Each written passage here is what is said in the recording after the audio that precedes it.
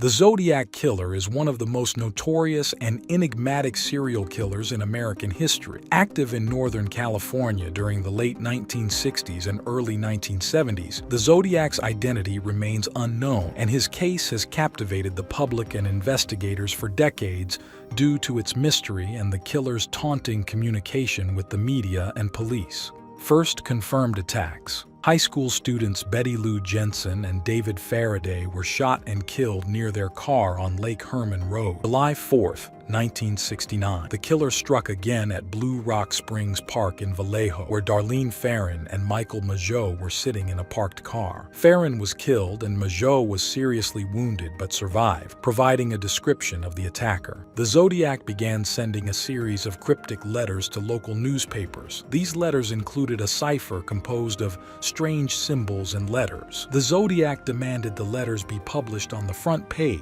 threatening to kill again if his demands were not met. John Wayne Gacy, the killer clown. His chilling double life as a respectable community member and a sadistic murderer has left a lasting impact on true crime history. He had a troubled childhood marked by a difficult relationship with his abusive and alcoholic father. Despite his tumultuous upbringing, Gacy attempted to build a normal life. He married and worked as a manager at a KFC franchise. However, his seemingly stable life was disrupted when he was convicted of sexually assaulting a teenage boy in 1968 and sentenced to 10 years in prison. For 6 years, Gacy lured at least 33 young men and boys to his home. He used his charm and status in the community to attract his victim. He would typically give them with alcohol or drugs, handcuff them under the pretense of a magic trick, and then proceed to torture, rape, and strangle. Many of his victims were buried in a crawl space under his house. Ted Bundy is one of the most infamous serial killers in American history. Known for his charm and intelligence, his early life was complex and troubled. He was raised by his grandparents and was led to believe that his mother, Louise Cowell, was his sister. This family secret had a profound impact on him. Bundy attended the university where he majored in psychology. He was described as intelligent, articulate, and personable. His first confirmed murders began in 1974, where several women went missing.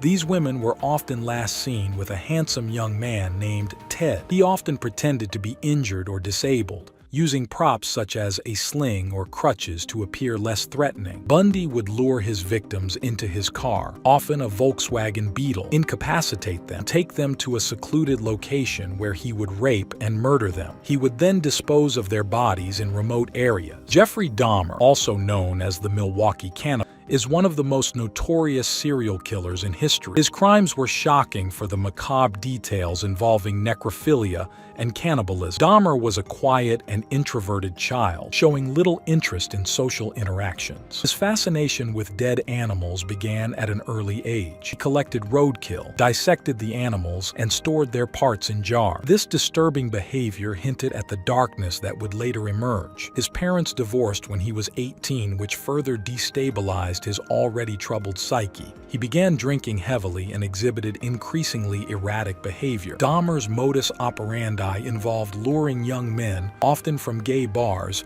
to his apartment with promises of money or alcohol. Victims were 17 men and boys between 1978 and 1991. Jack the Ripper is one of history's most infamous and enigmatic serial killers. The Ripper's gruesome murders in the Whitechapel district of London during the late 19th century have captivated public imagination and inspired countless books, films, and theories. The Ripper is generally attributed with the murders of 5 women, known as the Canonical Five. All were prostitutes, and their murders were marked by severe mutilations. Charles Manson is a name synonymous with evil and manipulation, primarily known for orchestrating a series of brutal murders in 1969 through his followers, known as the Manson family. His ability to control and influence others, combined with his apocalyptic and racially charged beliefs. Manson's early years were riddled with petty crimes, including burglary, car theft, and pimping. By the time he reached adulthood, he had spent more than half of his life in correctional institutions. In the late 1960s, he began attracting a group of young, disaffected individuals. He preached a philosophy combining elements of Scientology, Christianity, and his own apocalyptic beliefs. Ed Gein, as the Butcher of Plainfield, was born on August 27, 1906 in He was the second son of George and Augusta Gyne, marked by his father's alcoholism and his mother's religious fanaticism. Augusta was a domineering and fanatically religious woman who preached the immorality of the world, particularly the evils of women and sex. She isolated Ed and his older brother Henry from the outside world, instilling in them a deep fear of women and sin. The Gyne family moved to a remote farm. After his mother's death, Gyne began visiting local cemeteries to exhume recently buried bodies. He would take parts of the corpses back to his farm, using the remains for macabre crafts and keepsakes. He created masks, lampshades, and furniture from human skin and bones. Richard Ramirez, also known as the Night Stalker, was an American serial killer, rapist, and burglar. His brutal crimes and the sheer randomness of his attacks instilled fear in the hearts of residents and garnered widespread media attention. One of the most significant influences in a Green Beret who had served in the Vietnam War, Mike would often boast about the brutal acts he committed during the war, even showing young Richard photographs of his victims. In 1973, Ramirez witnessed Mike murder his wife Jessie during a domestic dispute. This traumatic event further desensitized him to violence. Signature elements. He often used a variety of weapons, including guns, knives, and blunt objects. He also leaving pentagrams and other symbols at crime scene. The turning point in the case came when Ramirez was identified using a fingerprint left at a crime scene. On August 30, 1985, his mugshot was released to the public, leading to his capture. The Rostov Ripper perpetrated a series of horrific crimes between 1973 and 1990 in the Russian towns of Rostov and Shakhty,